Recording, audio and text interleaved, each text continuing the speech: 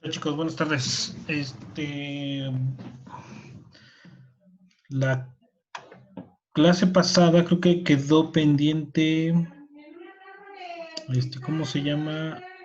Una tarea que era que ustedes iban a investigar sobre, ¿cómo se llama? No me acuerdo si les subí la tarea de la clase pasada, creo que no va.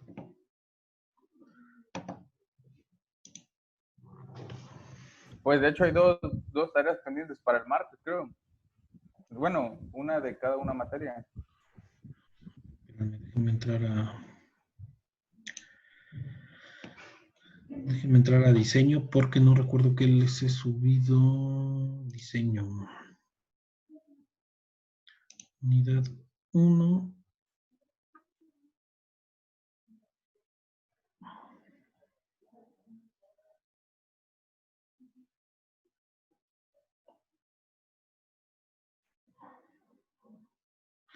Ok, economía de materiales.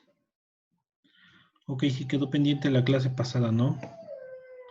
Ok, entonces está la de ajustes y tolerancias. Es que ajustes y tolerancias se supone que lo vieron también en metrología. Entonces ahí no hay tanto problema.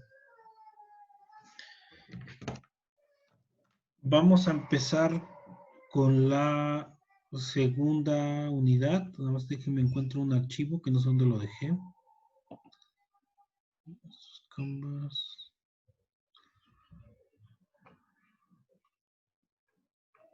A ver, espérame tantito.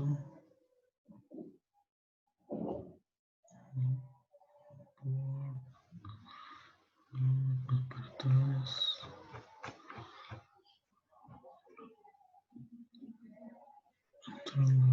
Registro.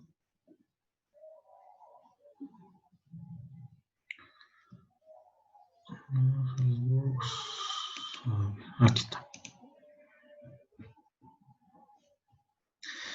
Aquí está. Sale. Les voy a compartir unas diapositivas. Que me perdí. Ya. Compartir.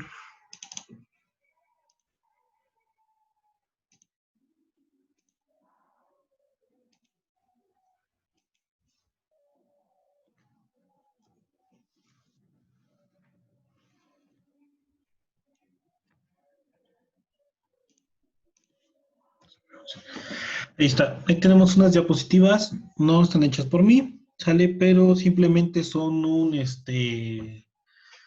extracto del libro de diseño de piezas mecánicas. ¿Sale? Es un extracto para que no estemos analizando el libro porque realmente contiene mucha información. ¿Sale?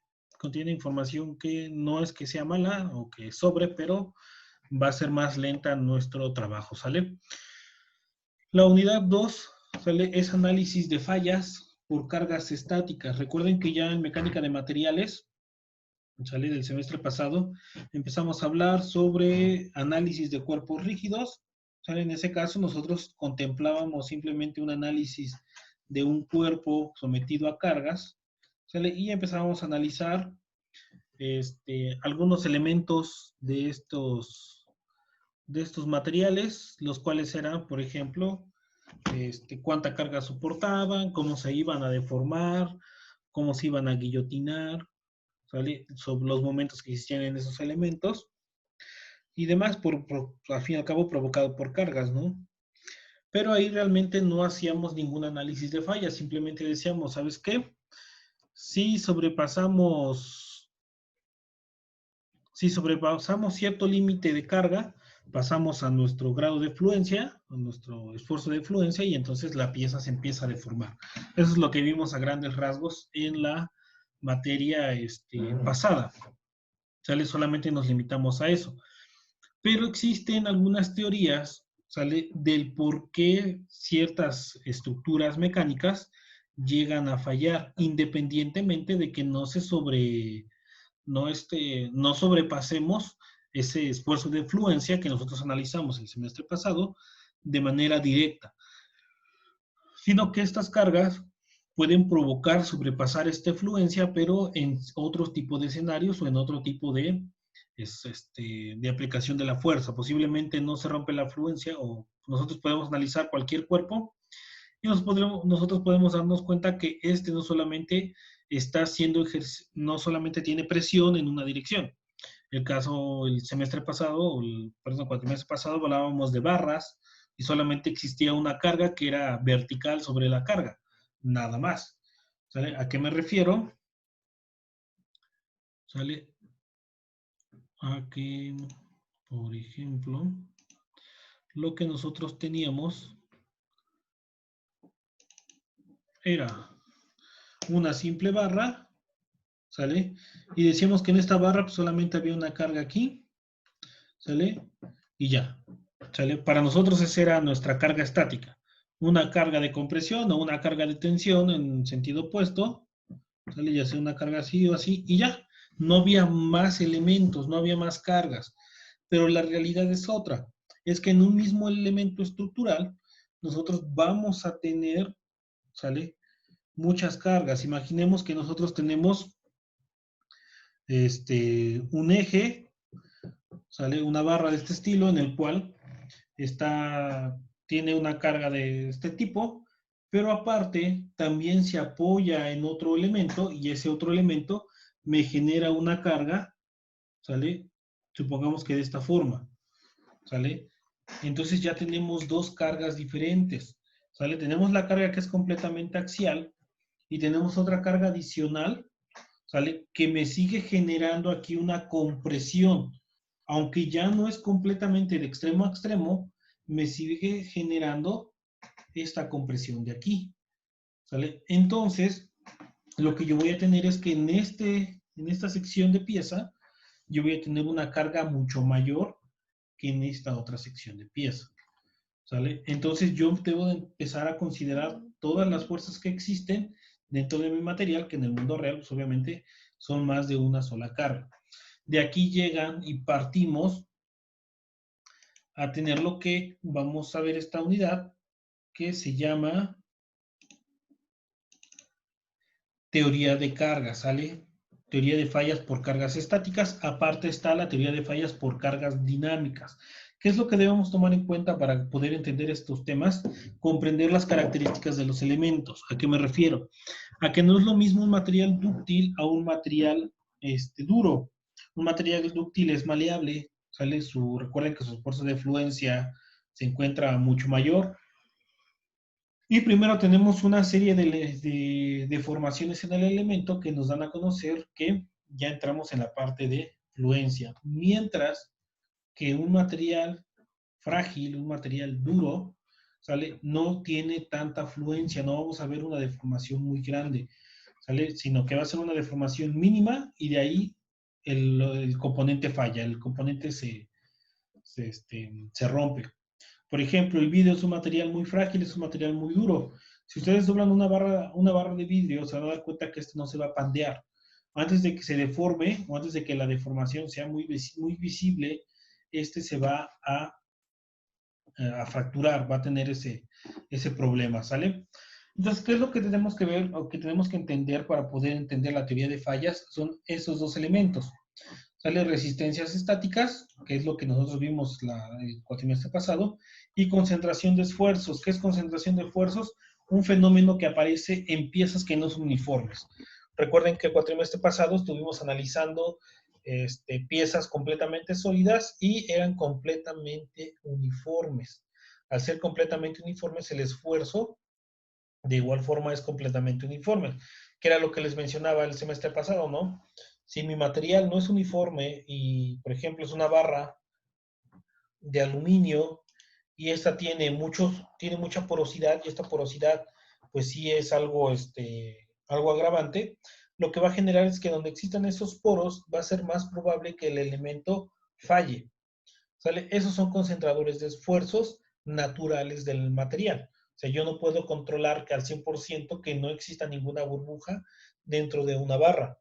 ¿Sale? Pero hay muchas veces que las piezas van a llevar concentradores de esfuerzos a propósito. A propósito o por motivos de diseño. ¿A qué me refiero? Por ejemplo, nos vamos a... Perdón, eso no es. A ver, ya me... Ok. Es en esta. Ok. Supongamos que nosotros tenemos una pieza, y ustedes las deben, que corresponde a... Vamos a ver. Y me sale.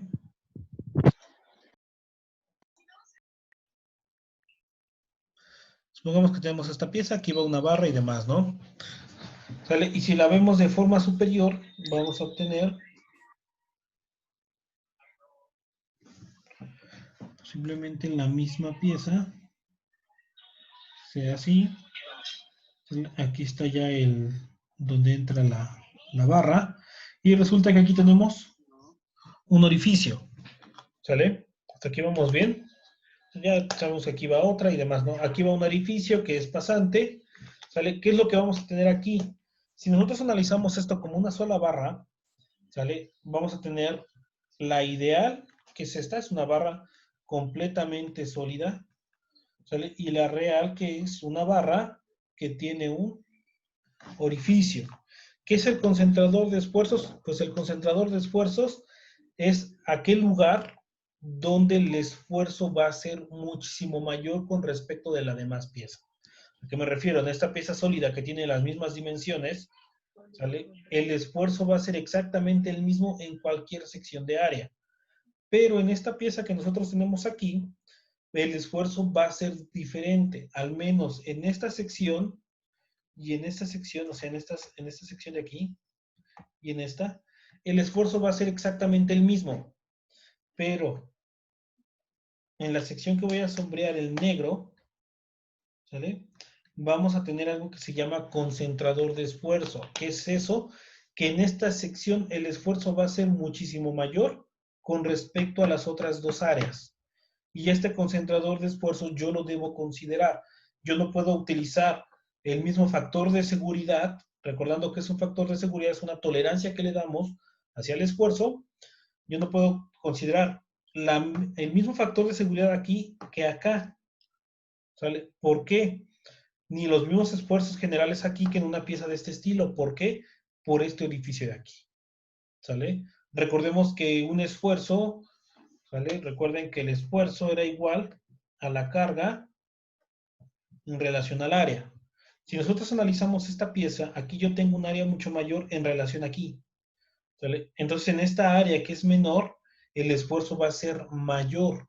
Entonces, debo de considerar esto a la hora de hacer ese tipo de análisis. Y estos elementos también me van a provocar fallas y aquietamientos. ¿Sale? Regresamos a las diapositivas. ¿Sale? Entonces, primero hay que definir qué es la resistencia estática.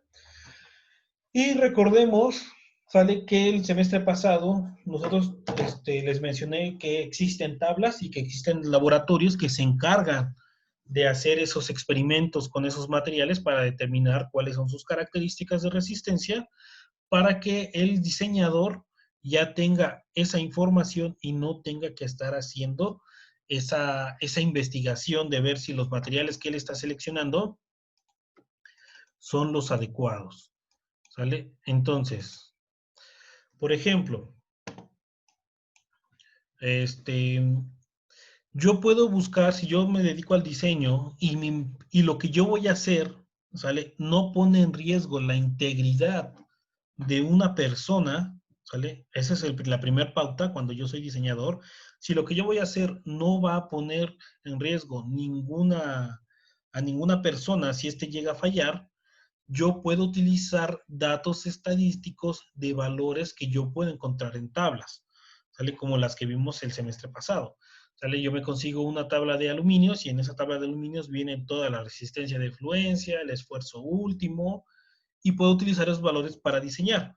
Si es que le vuelvo a comentar, vuelvo a hacer énfasis, no, el que esta pieza falle no pone en riesgo la vida de las personas. ¿Sale? Si mi componente ya empieza a poner en riesgo, no la vida, pero sí la integridad de una persona, ¿sale? Tengo que empezar a hacer estudios, ¿sale? Puedo hacer, por ejemplo, si mi lote es muchísimo, muy grande, ¿sale? Porque un estudio de esfuerzo es muy caro. Entonces, si yo tengo un lote muy grande del mismo producto, yo puedo hacer experimentos para determinar si las mediciones o los valores utilizados de valores publicados de tablas y demás son correctos y ese material es el adecuado. Si no es muy grande, ¿sale? Si no es muy grande, se tiene que hacer por lo menos unas cuantas pruebas para determinar si sí es válido o no, ¿sale? Entonces, y si de plano pone en riesgo la vida de las personas, ahí es obligatorio hacer pruebas de resistencia del material que se va a utilizar, de las dimensiones y de los esfuerzos que existen dentro del componente, ¿sale? En su caso, que son automotrices, pues tienen que hacer pruebas de manera obligatoria.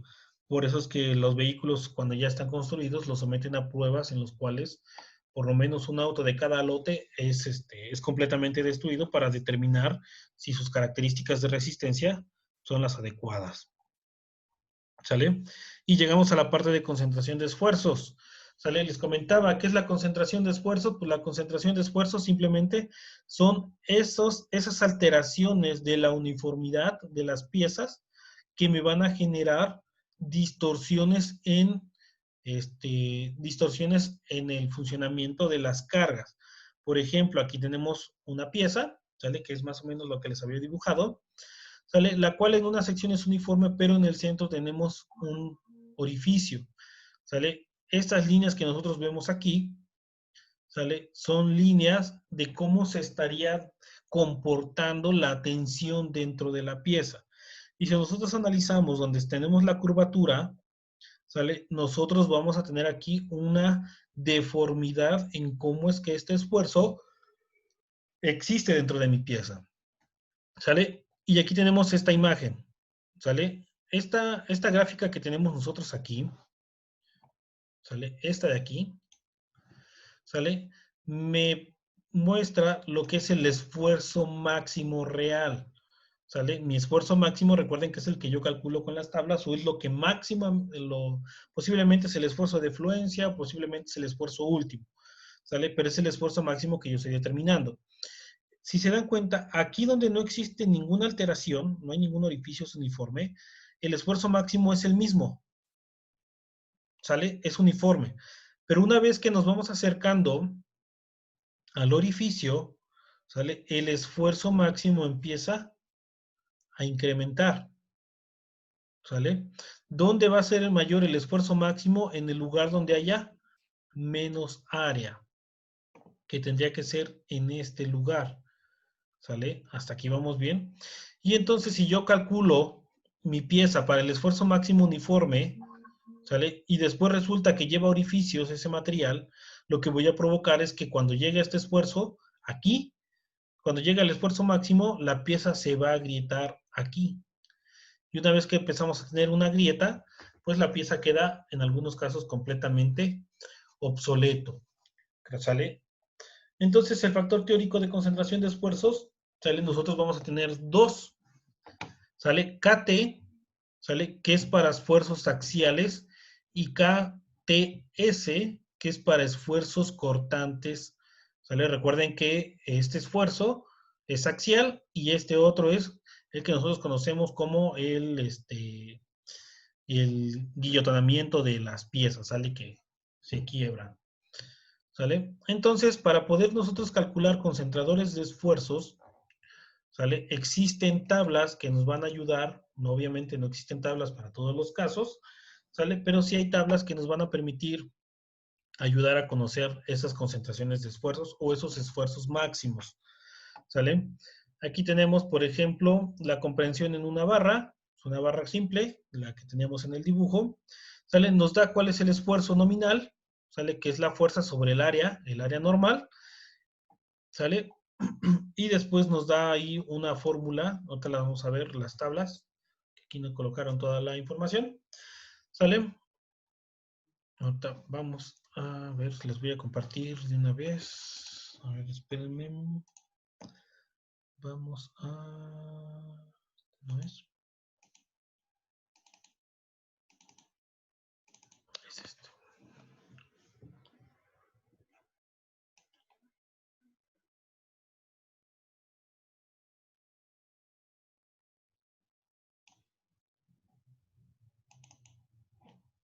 Ver marcadores.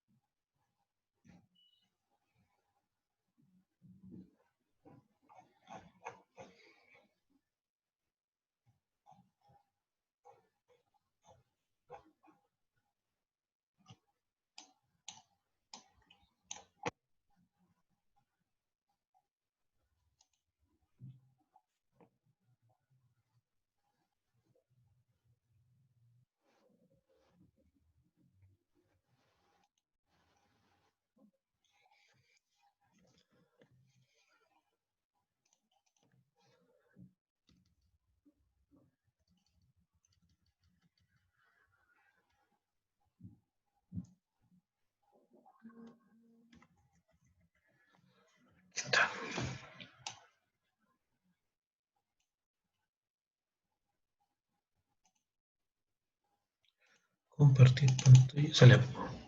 Aquí están, ¿sale? Estas tablas, ¿sale? Son los factores de concentración de esfuerzos KT, ¿sale? Son los que me van a ayudar a determinar mi esfuerzo nominal, ¿sale? Que es el que yo voy a tomar para calcular mi factor teórico, ¿sale? Por ejemplo, aquí tenemos una barra simple, ¿sale? Me dice que el esfuerzo nominal es F sobre A, pero el área que yo voy a considerar para calcular este esfuerzo nominal, para calcular el factor teórico de concentración de esfuerzos, va a ser un área de W menos D por T, donde T es el espesor.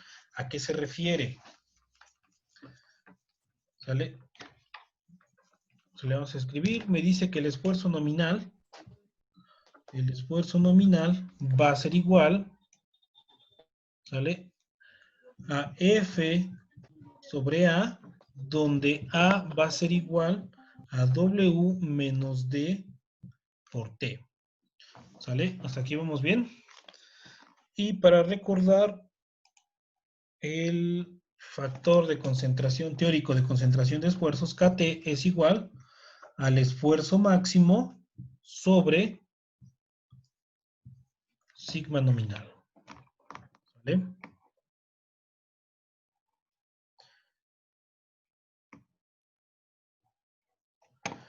¿Sale? Entonces,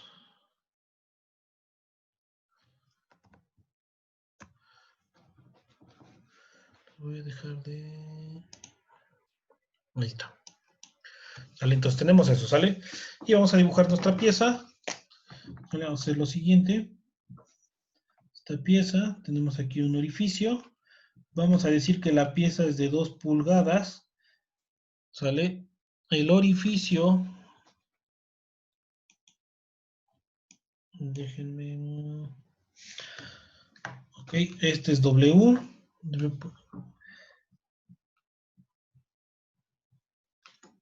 Y este es D. Y obviamente pues tenemos aquí un espesor que es D. ¿Sale? Es lo que me marca a mí el libro, ¿no?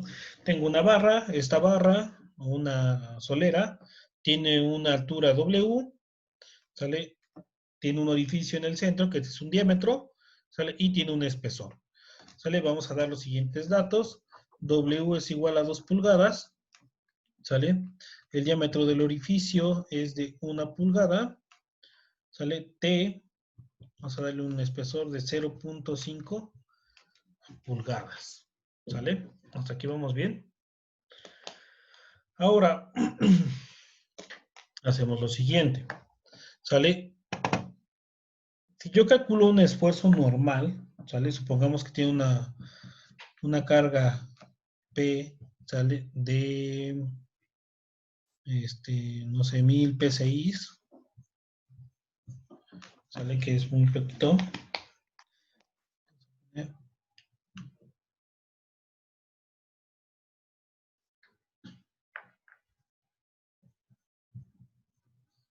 Gibbs, no sé si son KSI.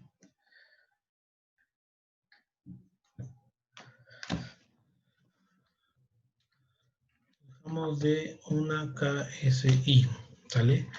O 1000 kilolibras.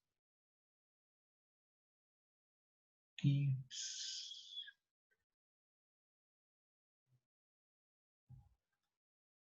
Después serían... No, aquí estoy mal. ¿Sale? Vamos a dejarle 1000 libras, 500 kilos. ¿Sale?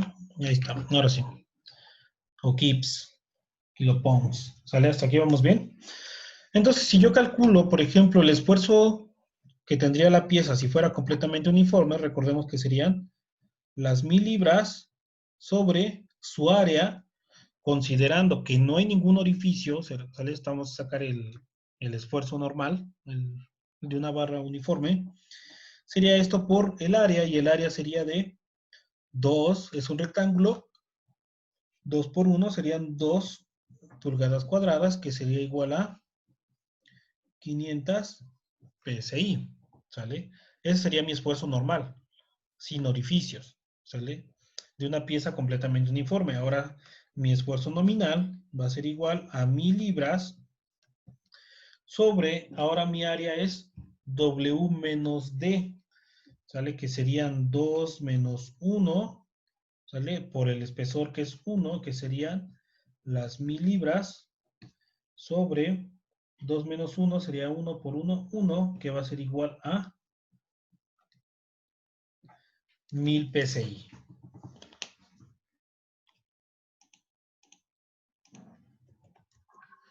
¿Sale? Entonces, ¿qué es lo que me genera esto? Lo que me dice esto es que en toda esta sección, ¿sale? ¿Sale? En toda esa sección, el esfuerzo existente va a ser de 500 PSI, ¿sale? Y aquí también, el esfuerzo que va a existir aquí es de 500 PSI.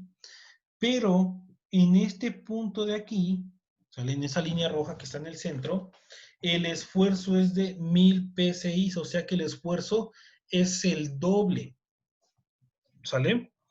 Suponiendo que mi esfuerzo máximo, ¿sale? Mi esfuerzo máximo sería las 500 PSI, ¿sale? Que sería el máximo que yo encontraría. Sobre las 1000, mi KT sería de 0.5, ¿sale? A ver, espérame.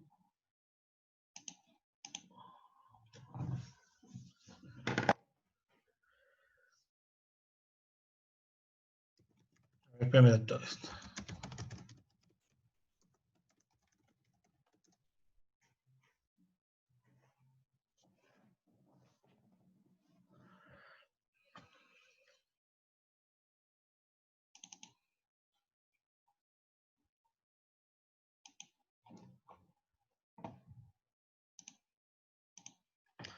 Vamos a ir a ver, espérame. Concentración de esfuerzo.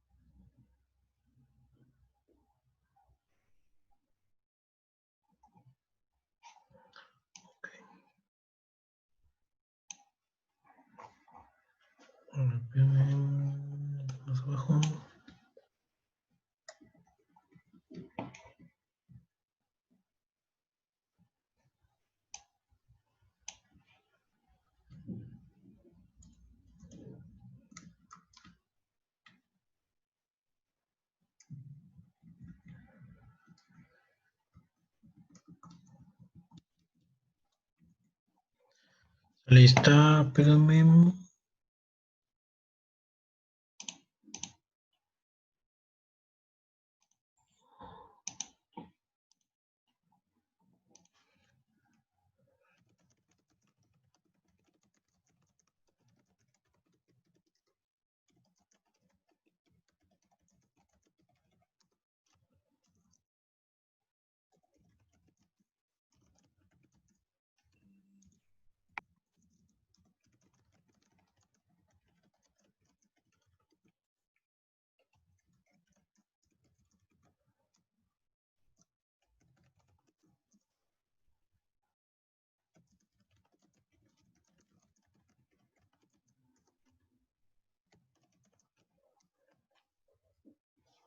Vale, perdón.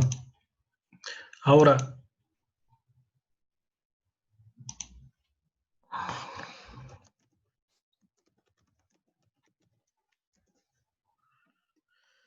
vale, ahora, ok. Ahora, una vez que nosotros tenemos esto, ¿sale? ¿Cuánto nos queda? Nos quedan 6 minutos, ok. Les voy a compartir pantalla. Sale, tenemos esto, ¿sale? Ahí espero que estén viendo la gráfica.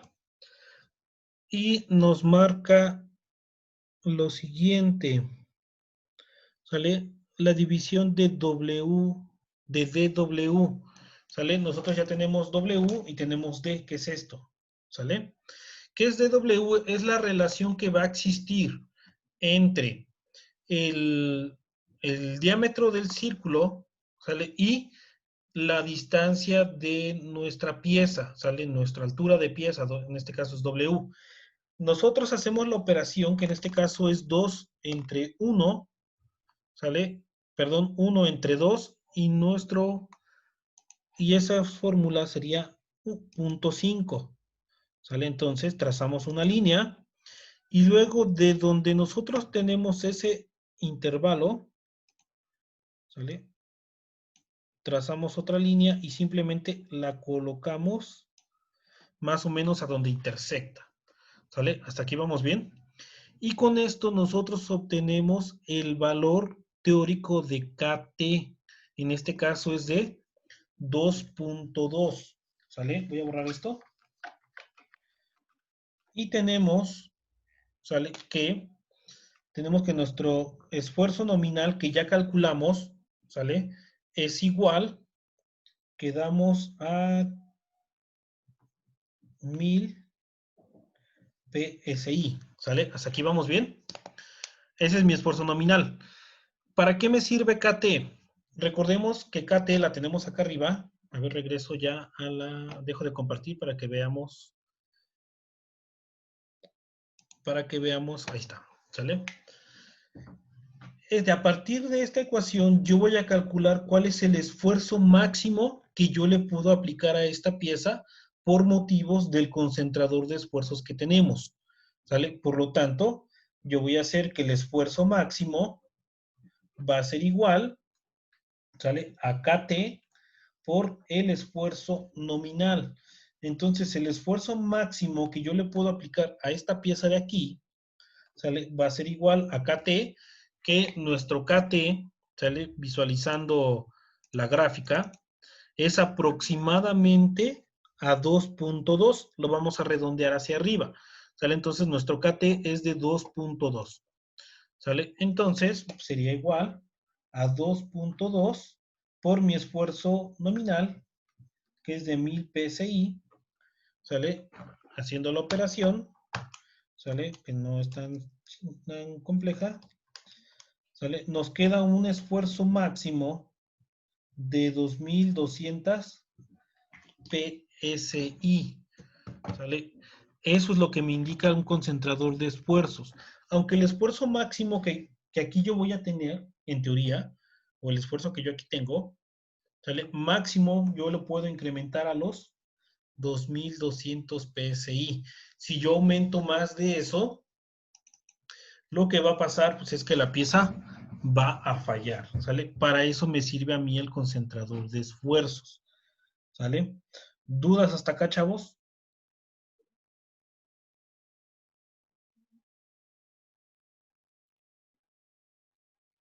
No, por el momento no. Por el momento no. Ok.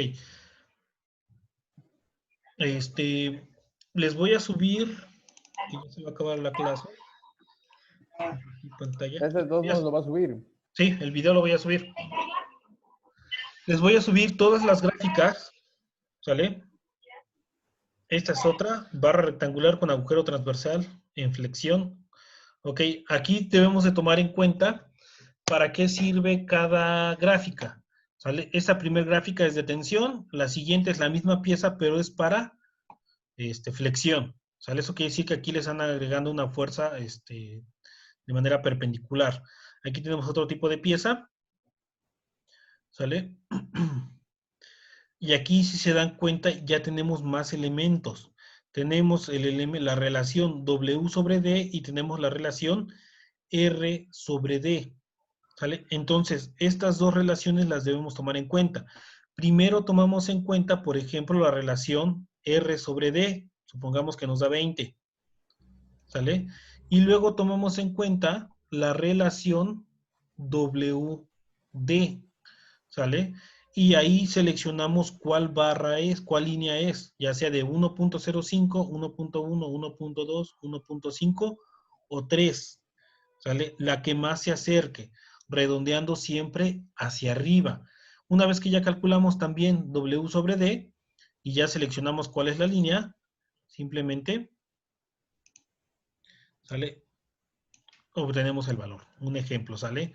Entonces, para los que tengan más de una gráfica, ¿sale? Entonces les voy a subir ejercicios de estos. Si se dan cuenta, no es tan complicado.